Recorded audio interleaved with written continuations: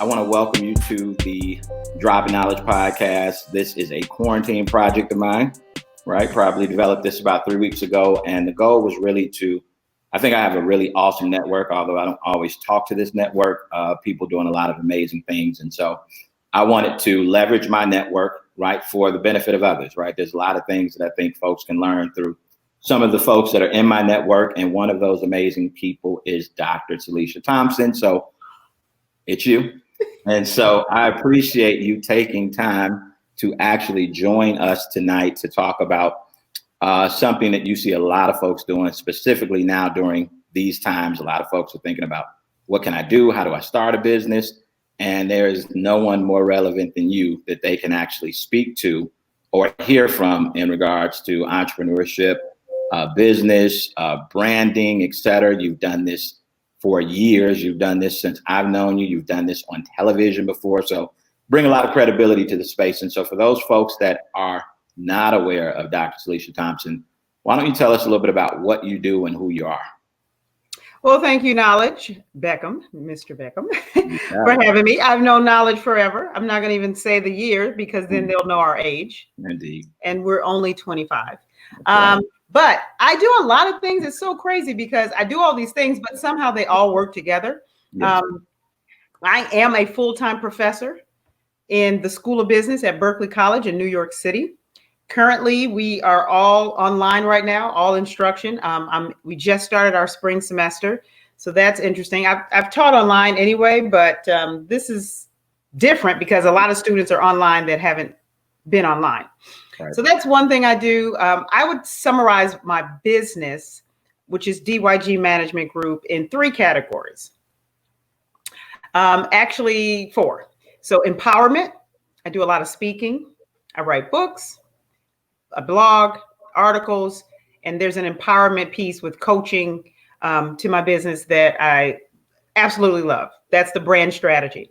Education, I'm an educator. Mm-hmm. Entertainment.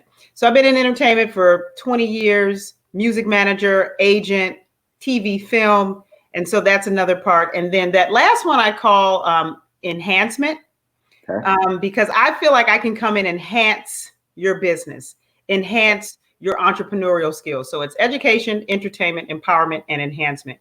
Those are my areas. Oh, there's Melissa. Hi, Melissa. Okay. We got Melissa and we got. Oh, hi, Tanika. These are all my coaching clients. They're tuning in. Very dope. Very dope. So, in regards to, we're going to dig in today, and I know you have a lot of great insight for us. When you think about an entrepreneur, are you of the thought that you're born an entrepreneur? Can you learn to be an entrepreneur? If you're in COVID, but you've never done anything before, but you're like, hey, I got time, I want to build something. What's your thoughts about that? Well, you're not born an entrepreneur, but I think anyone can be one. Okay. Because I feel like most of us have it as a part of them. Even when we're little children, we sold lemonade on the corner. Okay. Right. We sold penny candy. Okay. My nephew would go to school and they'd trade and he'd come back with make money, they're selling candy and Pop-Tarts. So that's an entrepreneurial spirit that I think is in us from a very young age. What sets you apart as you get older is your discipline, your risk-taking ability, which is. Yeah. Now we done took some risk. Yeah. We failed and succeeded and failed and succeeded, So risk taker. And as you get older, not a lot of people are risk takers. Decision making, and then your ability to be very disciplined. So I do think I truly believe anyone can be an entrepreneur, and I can teach them. But there are some certain things that you got to come to grips with first. And you've got to believe in yourself and your ability. So there's some personality things, some character traits that you got to have. But I do think you can learn it. I think most people can learn it. And if you go to any place in Africa, and I've been to South Africa many times, they have an entrepreneurial spirit just because they have to. They sell things on the side of the road and they open up. I think it's in our DNA, especially as African Americans. Right. Okay. All right. So let's dive into some of those things. You talked about, I don't know if you mentioned that, but I think that an entrepreneur has to have a certain mindset, but you used you have to come to grips with certain things, which I love the way that you put that. What are some of those things that someone who wants to be an entrepreneur needs to come to grip with? The first thing is that you're not going to hit it out the park the first launch. If you do, you did your thing. Hello, Mark Zuckerberg or Jeff Bezos, and they probably even failed out the gate. Absolutely. So the first thing is to not put a lot of pressure on yourself to be perfect at the startup. Okay. And I think that's a tough thing to swallow for a lot of people, because most people, or a majority of people, will give up. Oh, I just launched my business in July and I'm not selling anything by December. You talk to Warren Buffett and them guys are like, oh, I didn't become a billionaire until I was 50. Right. Thinking they've been hustling, but you don't even know that this dude is 80. Okay. You see what I'm saying? Or Jeff Bezos and them, they'll tell you they got their wealth in their 40s and 50s. So, and I think you can look at some people and think, so I think we look at people or these successful business people and say, wow, they're doing it. But it didn't happen overnight. So the first one is you have to get rid of this perfectionist mentality. Got it. I can keep going on. You want me to get some more? Okay, I know there's a lot, and I'm sure it'll bleed into other responses. Yeah. What about money? Do you need money to? And obviously, it's going to depend on the business, but do you need to have money? Obviously, there's bills, there's things like that. Can you kind of do entrepreneurship part-time and work part-time? Kind of just talk about some of your thoughts around how do you get off the ground, and do you need to have some money in the bank account to be able to do it effectively? Okay, so I have a two-part to that. If you have a job, a full-time job, or you work in a 9-to-5 career, I don't recommend in this climate anyone quit their 9-to-5. I feel like we gotta anyway have 4 to 7 income streams, really 10, but that's too advanced. So we need about 4 to 7, because I'll be working on like 10. Yeah. I'll be waiting for my emails to come in like, oh, somebody bought my workbook. Oh, I got a coaching call. I got a coaching call at 8. That's why I was like, Right. So we need those income streams. So if you have a full-time job, I do not recommend that you quit. I feel like you should be able to your side hustle and use that full-time job to finance your side business until it becomes the main business. But so that's one. Number two, I do think you need money. The question is, people think they need a lot of money to start, and I don't. I think you can, and I don't think, I know you can start a business with less than $500. And if you tell me that you don't have $500, I'm going to ask to see your bank statements. I better not see any Yeezys on there, any nail shops, hair. I better not see none of that, because you could take $500, get your LLC, get your business bank account, get your website built. If you're an online seller, merchant, you could do your your Shopify, right, or your Squarespace. So depending what your business is, you can get it off the ground started for less than $500. And if you say, I don't have $500, then you need to save up. Maybe you don't go outside, and go to restaurants. But you don't need a lot of money. You just need some things. Your tax ID number you get from the IRS is free. Your business bank account is set up for free. And those are crucial things you need. Right. Your articles of incorporation, you could get those on LegalZoom, download those for free. Or you can actually probably get them for free. Yeah. So, things like a website, and then all your social media pages, you set those up for free. You may need Canva. I use Canva. I do a lot of my own artwork. You could design your own logo. So sometimes you need, like Dr. Syleecia was just saying, like in the comment sections, I love this little comment thing, patience. So you don't need a lot of money, but you do need a lot of patience, but you need a lot of that spirit of research, that creativity, innovation. You can't sit and wait for somebody to give you anything. You know what I'm saying? So right. I think a lot of people are like, well, I don't know what Google is so free. How to start a business with less than $500. Super free, yeah. It's gonna all come up, like, yeah. Or you can contact me. But but you don't need, you don't need a lot of money, but you do need some for certain things. And you could be smart. You could say, okay, I want to start my business in January of 2021. Because I'm gonna tell you right now, everybody, I tell my clients right now, you should be planning for 2021. 2020 is out of there. Yeah. We should be planning. Stuff is going to happen. There's some amazing blessings going to happen for all of us in 2020. I understand that. And I believe that. But you could be planning right now. If you don't have a business, just say, hey, January 2021 is when I want to launch. And now you have what, 7 months, 8 months, 6 or 7, I can't count, to just start saving. And if you really want it, you'll put the money aside. So, a lot of people think, oh, I need a business plan. Not out the gate. Not if you don't have much. Right. Not out the gate. You need a business plan if you're trying to go get funding. But guess what?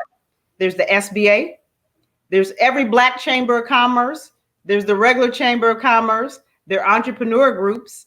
People will help you with business plans. They'll help you get, certain things and stuff. I just don't think people use a lot of their researches. And I tell people, sometimes you got to hire a coach. You got to hire a strategist. You work with people all the time. Yeah. So, it's not really about money, but there's a spirit of drive and determination that, I'll find the resources. Got it. That's an amazing answer. What do you think? I don't know, maybe over the last, maybe you see it more with social media, right? But I feel like you've seen the boom of CEOs, right? Like boom of online CEOs and a number of folks that have different businesses in different areas. Do you think as part of your coaching, have you told people that they're just in businesses that don't make sense or don't make work they don't make sense and probably won't work, right? If I'm a 45-year-old guy, it doesn't mean it can't work, but should I be doing a t-shirt business, right? Versus maybe something else that you find to be more practical. Kind of talk about that a bit, about the types of businesses that certain folks get into. And when you coach, do you touch on the industries that they're actually partaking in? That's a good question. And I'm so glad you asked that, Knowledge, because I am a very optimistic person. Okay. So I don't look at someone's age as an indicator of what they should be in. If you are 45 or 50 and want to start a t-shirt business, depending on what kind of t-shirt business and what's on it, you could blow up. You could make $1 million easy. Right. But what I do is I like to sit down with people and ask them, this is the question I give them. Because this is how you find out. This is a little trick. This is how you find out if people real. This is how you find out if people real. So I say, okay, if money was no option, if money was no issue, right? And I came to you and I said, Knowledge, I'm going to give you $1 million to start any business that you want, right? And you just got to start a business, right? Right. What would it be? First thing, you take some time to think about it. What would it be? $1 million. You don't have to pay me back, but you have to start a business. And then I let them think. They go, oh, that's good. Now I get people that call me up like, yeah, I want to start my own. I want to open up a restaurant and I'm going to do this, this, and this. But when I ask them that question, it's totally opposite. So I'm like I had a woman tell me like, yeah, I want to open up my own chicken spot, like a restaurant. I want to sell certain chicken. She was in the South and she was like, I'm going to do this, this, and this, because this is, what's in style. And when I asked her the question, she said, oh, that's easy. I would open up a shelter for women to help them get back into back into society after abuse or after something has happened to them. And like she had a whole plan. So I'm like, so why aren't you doing that? Why are you opening up a chicken spot? Right. But see, I think a lot of people go with that first, what's going to make me money, or this is popping right now. So that's a question I have to ask them, because you're going to find the real deal. You're going to find what they really want to do in their heart. Right. Or I've had people tell me, like they'll be on a coaching call for something totally different and then say, I really just want to write a book and I want to put a book out and be a speaker. So why are we talking about you starting an online business to sell leggings? Like, because you think women wear leggings, right, and that's popping. Right. So, and I'm not against that, but it's like, once you take money out the picture, people are free to, they start saying what they want to do. What do you think that is now? I don't know. I don't know if it's how we're created as humans. It's weird. Yeah. Because if somebody gave me $1 million knowledge, I would be doing this. I'll be happy because I'll just put it in what I'm doing right now. Right. Because I'm in my passion and purpose. Right. So yeah. What do you think about? I was talking with a buddy of mine the other day, and I was talking specifically about our community. You don't really fall into that, but you see a lot of us when we do put a CEO hat on. And obviously, I shouldn't generalize like this, but it just seems like a lot of our businesses might be in entertainment, clothing, and we kind of sit in lanes. We're not doing things that might be. We're not trying to go out and start a gravel company, right? That could be around 200 years. Yeah. It's boring. It's not sexy, right? You're not putting the Gravel King on Facebook or Instagram, right? But it works, right? What do you think? And if you agree with that, what do you think it is about us that makes us where we gravitate to businesses like that? Well, I think it's always been like that, just because, here's the thing. I think, especially in our community, I think it's, just how we could go back from like slavery, coming through civil rights, and then things that society deems as the glitzy, glorious, glamorous jobs. We look at the basketball players or the athlete or the in the entertainment where I'm gonna be a producer or to be a DJ. And I think with many, many factors at play, the gravel job, and I got a friend that has his own plumbing business, killing it. Love it. Now, and here's the thing, maybe he's not passionate about plumbing, but maybe he's passionate about entrepreneurship, running operations, right. So I just think that, and it's not taught in schools. We got to teach it in schools, but we also have to teach it in homes. Right. And it's okay to want to go to basketball or sports, but there are other fields out here that people are making millions and millions of dollars. The tech industry, the environmental industries, you've got so many things in finance with credit, all these different industries. I just think people, they think it's a quick fix. And I think they think it's fast money or quick money. Right. Again, you're not even looking.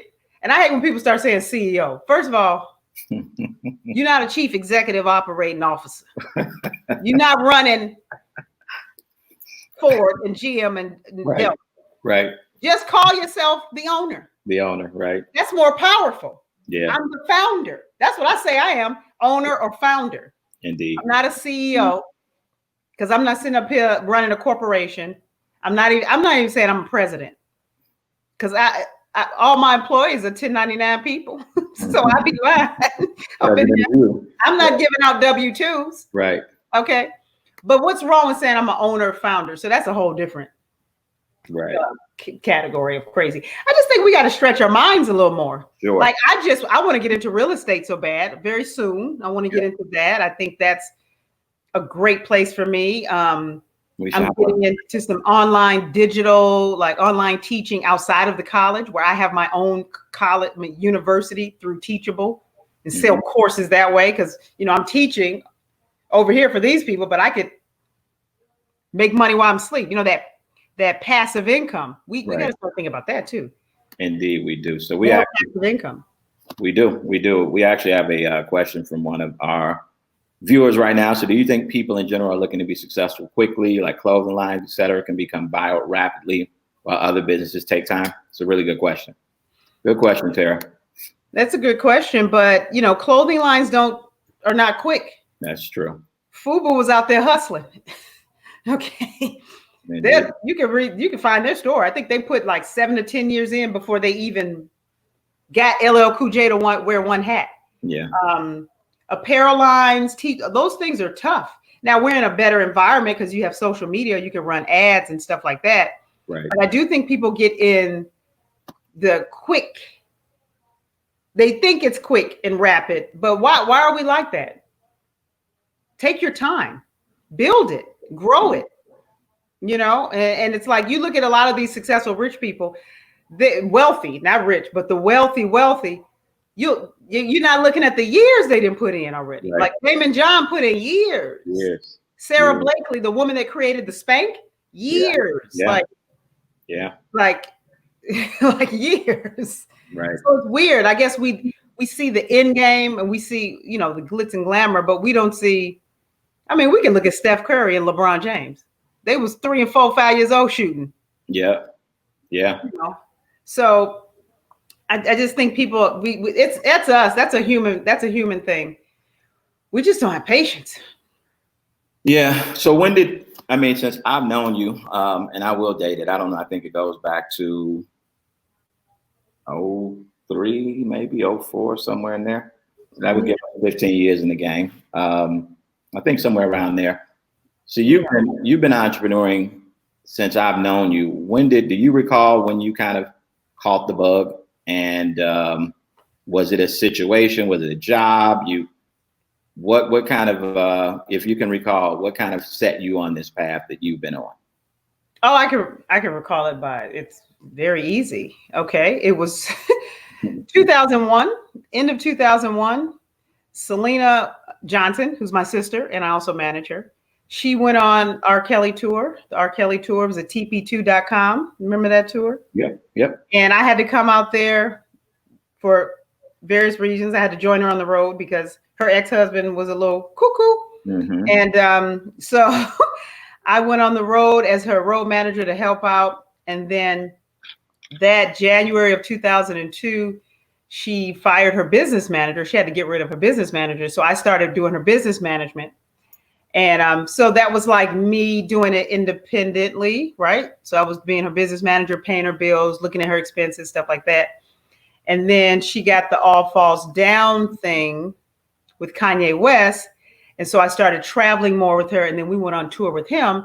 And that's when it kind of clicked like, oh, I'm an entrepreneur because like I'm moving and shaking. And like I was getting paid through 1099s. You know what I'm saying? Mm-hmm. So that's when I started realizing at that moment, like, oh, I don't have my client is Syleecia Thompson. That's when it clicked. So that was like 2002. Between that TP2 tour and then us going on tour with Kanye, that's when I kind of started my business and I started doing that for her. But then I also started consulting. Right. At that point, I had a master's degree. I started consulting and training. And every year from that point forward, after I got my doctorate degree, I just started everything I did. And I was in and out of the corporate world too. So if you look at my resume, you'd be like, this girl, I was in and out of the corporate world, banks, and I worked for T. Rowe Price Investments. But every year I just I had all these extra skills. Right. And I said, I can be a consultant. I can coach. I can train. I can be a strategist. And then, so that it was really at that point. So like right when we met, it was at that point. Yeah. Both of us, me and Syleecia, were entrepreneurs, but we didn't think in that term, those terms. Looking back, we're like, and Syleecia looks back and like, oh, I've had it. She incorporated when she had to go on the TP2 tour, right? So they told the label came to her and was like, how do you want us to pay you? And her lawyer was smart and was like, let's set up a corporation.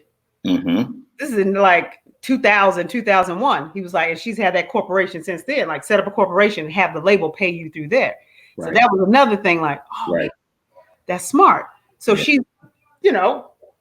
never had she's had W-2s, little high school jobs and other little jobs. But so that was our minds. That's our mind. We know now, but at that time, we didn't understand it like we understand it now. Yeah, got it. So if someone's thinking about starting a business from a coaching perspective, should I, even if I don't have the business idea, should I try to line up where those skills, you talked about your skills, right? You kept developing skills. Should I try to align businesses that I start based on skills that are innate to me, right? So I know that I do, for an example, if you talk about tech world, right? Somebody who codes very well, they're probably going to start a tech company, right? They're not going to start probably a t-shirt company because this is where their value is. And so is that something you talk about with your students or not really? They have those things that they're passionate about and you just help them to shape those businesses. Yes, that's number one thing. Look at your passion and purpose And let's say, let's say you're not a coder, but you think that's an area you want to go into, well, that means you got to go back to school, right? So I feel like you do have to look at your expertise. Now, Right. let's say you want to sell life insurance, or you want to sell insurance or sell financial products. Right. You can, and you have the gift of gab, right? You know how to talk. You're a networker. You moving and shaking. Some things you can learn and develop if you get the right mentor or coach or take classes.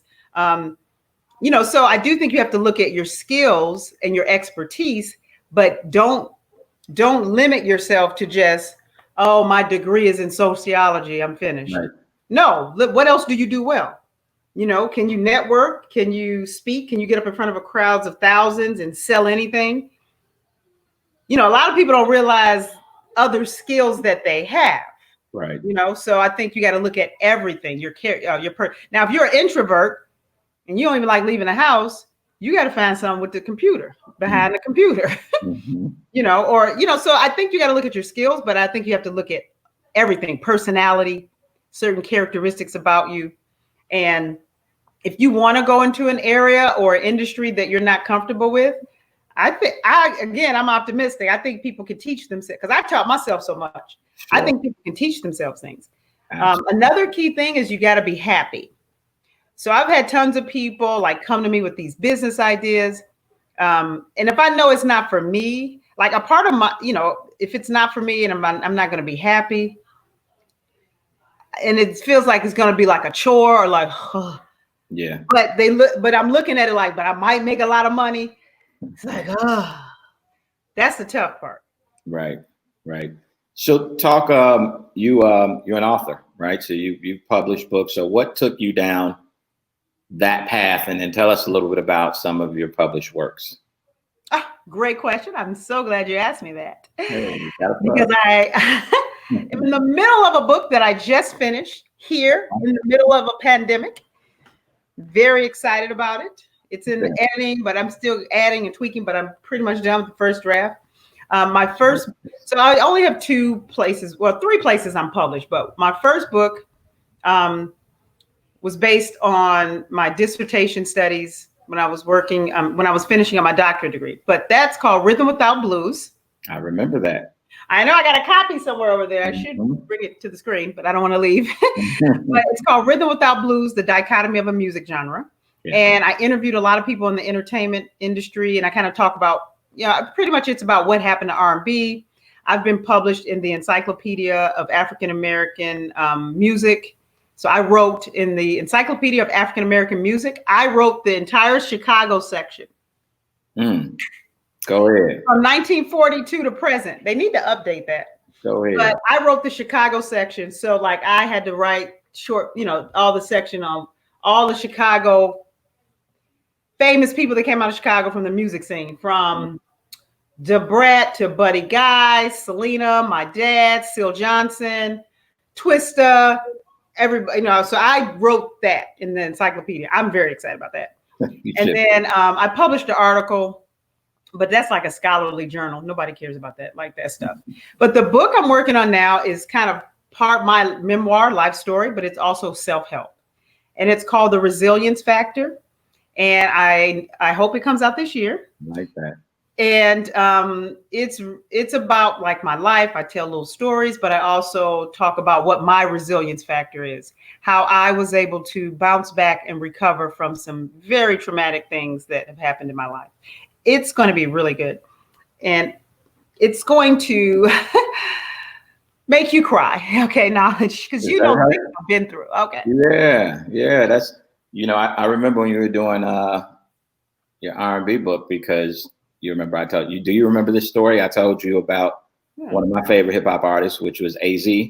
Oh, yes. And he actually had your dad sampled in one of his joints. And I told you, and I think you went and got some money from it and never broke me off. So. You got to talk to Syl Johnson, because he's very steady. That was your boy, AZ. AZ, that's right. So I got a couple questions, some really good questions. So, okay. Tyshawn, what up, Tyshawn? She's representing Milwaukee. What advice would you give someone who wants to start a private investment fund for women and minorities? Oh, that's a good one. If you want to start a private investment fund, girl, let me know so I could be a part of it. Indeed. Okay. That's the thing too. Now, and that's interesting because private investment funds, when you think about it, you feel like that's for the good old boys, right? Right. And a lot of them, they do run it. Mm-hmm. So my question would be, do you try to partner with someone that already has done it? Find a mentor that's one of the good old boys, if you know what I mean? Or do you try to just get out there and pool your resources with a bunch of other like-minded women and minorities and pool resources and start it? So those would be the two things. This is a tricky one because I feel like in order to do something that's not typically done by us, we do have to go out and get mentors. Absolutely. From people that are doing it. Absolutely. Actually, something like that. Absolutely. You know what I'm saying? So, and it could be just as, doing research, who the top 30 or 40 or, or whoever in what you're trying to do, private investment fund, and then just calling people or going in their inboxes or reaching out to them. They say closed mouths don't get fed. Indeed. So I think that kind of specific with the private investment fund, you got to go find somebody that's got some money. Yeah, some know-how. Actually, Tashawn, and mindset. Yeah. And mindset. So actually, Tashawn, I'm actually working on a guest right now who he is from that world. He's actually a Chicago guy. He helped Nas start Queensbridge Venture Capital Fund. So the stuff that you see Nas doing with Ring and all that stuff, he was a guy who actually helped Nas start that. And he's still super, super heavy in the game, but really good cat. He lives, I think, out in LA, but trying to get him on to actually talk about investment and stock markets and things like that for folks. So I had another question. He's in LA and Tyshawn's in where? Chicago? Milwaukee. She's in Milwaukee. Like, and if you get him on and she comes on with a question, even if she tries, even if you could connect her and say, if she says, hey, sir, just give me 45 minutes of your time on the phone. I won't waste it. Yep. You got to be straightforward. Women, sometimes we scared to ask for what we want, but you got to just say, hey, can I have 45 minutes? And then you have your notepad and record the comment, whatever you got to do. Even if you could pick his brain for 45 minutes, you never know. Yeah. That's facts. So we got another question. So what's the best way to find a good mentor? That's from Tara. I think she's in Milwaukee as well. Milwaukee repping. That's a good one. I've struggled with that because I've tried to find mentors and people just do not want to mentor me because I always tell people, who mentors the mentor? Like, this is sad. And I've tried that. I've reached out to people. I do have someone I actually got to follow up with him. His name is Randall Grass. He is a GM over at Shawnee Records. And so he has allowed me to email him and bounce ideas off of him, and he would give me advice. So I'm going to actually reach out to him tonight. But I feel like you just have to get a list of people, your wish list, because this is what I did. Right. And I went on Instagram. I inboxed people. I emailed people of a tight wish list, people, and, I talked to some people, and one person did say, I can do email exchange with them if I, but I think that's the best way to do it. Come up with a wish list. And then I think there's this stigma around just reaching out to people. We got to stop waiting for someone to come to us. So right. I feel like if you reach out to them in their inbox or send them an email, put together a nice message. I would love for you to mentor me. That's the best way to do it. And guess what I had to realize is that you don't always have to have someone in your field. Let's say you want to start an online spray can business. Right.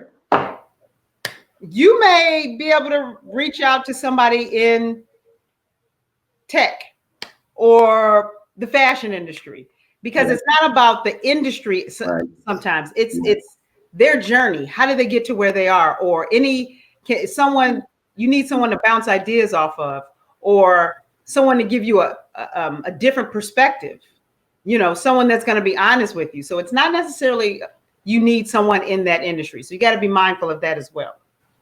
Yeah, I actually always say that the mentee chases the mentor, not the other way around, right? And that speaks to your point that if you are trying to connect with someone, it's on you to make that connection happen versus them.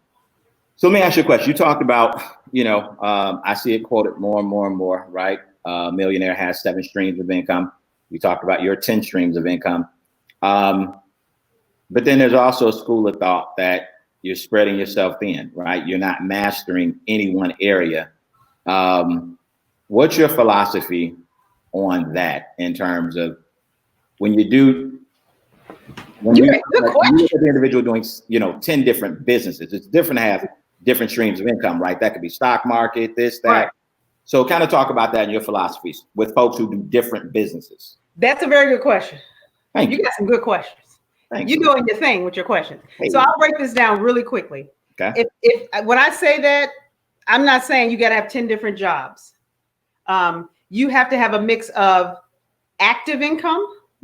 So that's the money that you have to actively work to get. Passive income.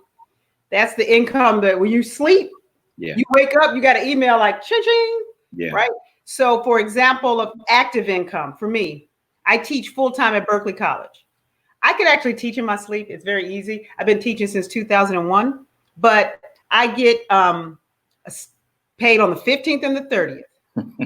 But we're independent contractors. It's very weird how they get us. But I get benefits, right? Okay. And then so that's, and I teach like before this COVID, I'm online. But before this, I was teaching 2 days a week. It wasn't taking up any of my time. Right. Because I've been there so long. I tell them what I want my classes 2 days a week. Yeah, I got it made. Active income, passive income. I sell digital books. I sell a digital ebook, and so that's passive. I sell books. Those are things passive income is money you make in your sleep. Then you got portfolio income from your portfolio of stocks. Right. You got real estate income. So a lot of this stuff is, and like my 401k, my E-Trade account, those are portfolio. I'm just watching the market, making sure nothing crazy happened. But so, a lot of those 4 different areas, real estate, active, passive, portfolio. I just posted this too the other day in my entrepreneur group, and there's some other categories. Some of these things you don't have to be actively involved in. Right. You should be making money while you sleep. So I do agree that, but let's be clear. How I make most of my money is education and entertainment. So when I book Syleecia concerts, get her TV deals, film deals. Again, I've been doing that for years. So, but it does require me to be a little active because I got to pitch, right. follow up. But that's an expertise and a skill of mine. So you're going to be really good at 2 things. Yeah. The other things should come easy to you that you don't have to put any sweat equity in. Right. Yeah. So you can develop an ebook, put it on your line, and then, mine is $10. Right. I promote it. And, I see, oh, you have a new order. My coaching sessions, again, have my calendar set up. Oh, you got a session. I get on the phone. I can chat all night, Yeah. So you got to look for things that you're going to do something really, really well. You're going to be great at something. Right. But then what are other things that you're good at that don't take up much of your time? So that's the thing. You got to find balance. And it took me a while because I used to be spread all over the place. And then I had to really fine tune it. But I realized, you know what? It's okay. I'm good at a few things. I'm great at certain things. But, what makes me money, I'll just keep these things and make sure I keep them stable and, but I can be involved in other activities. Right. So it's balance. But a lot of people don't understand that. It's an amazing answer. So I want to be cognizant of the time. So we're coming down to the last few minutes, but I do want to get a couple branding questions in there because that is something that you have a heavy focus in and expertise in as well. I've seen you work, obviously with Syleecia, Dr. Ivan. I've seen a number of things you've done on the branding side. Kind of talk about what are some of the components of branding? Like when someone's thinking about branding themselves, branding a business, where do you start? Well, I've recently just been like the last probably, what is this, 2020? 2020. Yeah. 6 years really studying brands and branding. And I teach it as a part of a lot of my business courses, but I've really been studying it. So like what you said, Selena, Dr. Ivan, I had a client, Dr. Delamico, Tanika's on here, you know, and her. So I just really like to study brands. Last year, I just launched with Christian, the Christian Dion collection. So it's a values, inspirational apparel line, and t-shirts, hoodies, crew necks. And I'm a weirdo. Like, I really love the beginning stages of molding someone's brand. And then like we mold it, we get it together, then we put it out there, see what happens, we tweak. And I think with branding, that is the biggest thing people mess up on. They don't look at their logo, the color scheme, the artwork they're using, their graphics. They don't look at their social media pages. Do you have the same, are your usernames similar? You know, these little things that make a brand successful. If you have, you know, what's your email, what's your website look like? Just those, and I really get passionate about it, you know, keeping in themes and patterns. I get really, really excited about it. And then, so when I coach and train people, they don't even think about it. So branding is about consistency. Okay. A concise message, right? Being cohesive. And then also being clear, right? It's very, very important. And Melissa just brought up Magnificent Cream. That's Dr. Ivan's pain-based cream. I think I have it right here. You got true product placement, huh? Okay, you don't let me pull up my products. But even from down to the logo, the color scheme, we use the M, you know, how the M was, like, it's just really, really important. And there's so many intricate parts. And I'm glad you asked this question, because I'm in the process of developing my very own course called Monetize Your Brand. And it's going to give you ways to monetize your brand and how to build your brand. And it's going to be available through Teachable, but I'm in the process of working on that right now, because I think people get their brand and they don't know how to monetize it either, how you make money from it. But there's so many things that are involved in branding that it's just like, we'll be here all day. So question then. So I have a friend right now, she's in the process of launching her business, and she's putting a lot of energy and effort into that, right? The logo, the branding, the colors, the boldness, the fonts. Blew my mind, right? Because of everything I've ever done, I've never put that much thought into it, because I'm like, shit, I need to make sure the business actually has some legs to it and actually find some traction. Is there a time that you should do branding? Do you have to start at the beginning? Do you wait till the company gets steam? Like, because obviously there's cost, right? We talked earlier about cost, and if you don't have it, you're going to have to invest some money. And so you're investing in something that's very important, but the business hasn't taken off yet. Right. But it's simple things. There's simple things you can do in the beginning. You have to invest in branding in the beginning. That's not negotiable.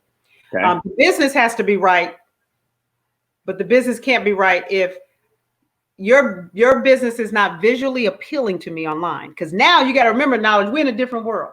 Yeah. We got these now.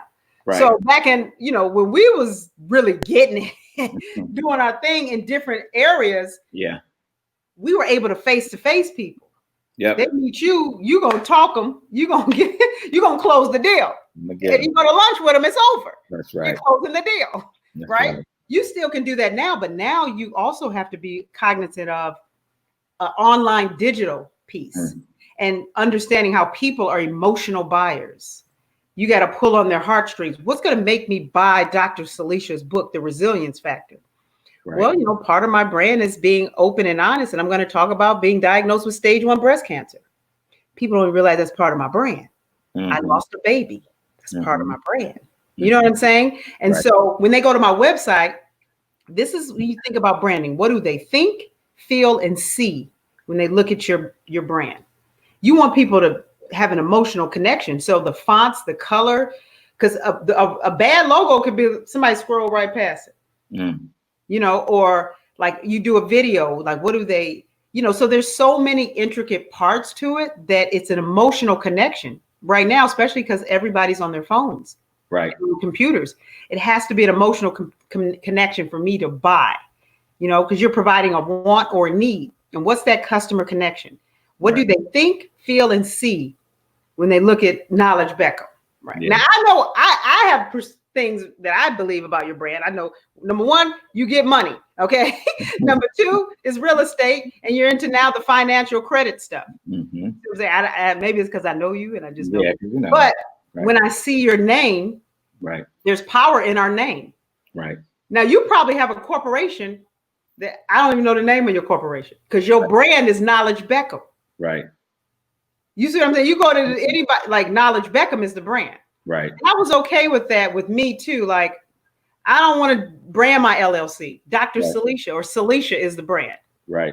So then that's a good thing too. Well, that's one other aspect of it. Are you branding your company or are you branding yourself? So there's so many different components to it. I think branding has to be out the gate. Yeah. Yeah. Or you can still be, and then again, depending on the industry, you're going to still be successful. But what is that connection? Got it. That's important.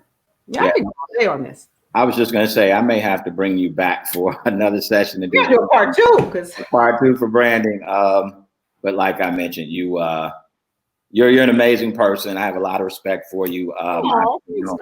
Yeah, we don't chat all the time, but obviously we're connected. I see what you're working on, and I'm sure vice versa. And so just love you and Selena both. Best of luck to both of you. And we'll do this again, and we'll talk about branding, because since you are saying that it is extremely important, and I know there are a lot of entrepreneurs, we need to break that down. And you guys support Syleecia. She mentioned, so plug everything that you can plug right now, so that my 8 million followers will support. Well, go to project I'm working on right now and cop some apparel. IamChristianDion.com. You can go to my website and book a coaching session. You can find me at drsyleecia.com.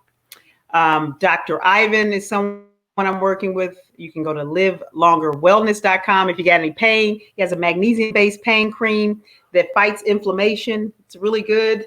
I put it everywhere. Okay. Selena Johnson, her album is out. It's called Woman. She's got videos out. She's on a new Monday talk show now with Lisa Ray and Vivica Fox. It's Claudia Jordan. It's really fun. It's on Fox Soul. We got a lot of stuff coming. Oh, her movie comes out again in June on Aspire TV. That's the other stuff I really love doing. Is I like getting TV and film deals. That's fun. And we got a lot of stuff. So you just got to follow me on Facebook. Dr. Syleecia Thompson. I'll be here all day. I can't just be here all day. So. Excellent. So I got a lot of income streams. You have a lot of income streams, no doubt. So I want to thank everyone for tuning in. Thank you, Nolly. Thanks for having me. Indeed, of course. So be sure to look out for this on Apple, Spotify, Google, whoever else has a platform for a podcast. We should be up tomorrow. And Syleecia, thank you again, and good luck with everything. And we will chat soon. Thank you, Knowledge. Good luck to you. Thank you.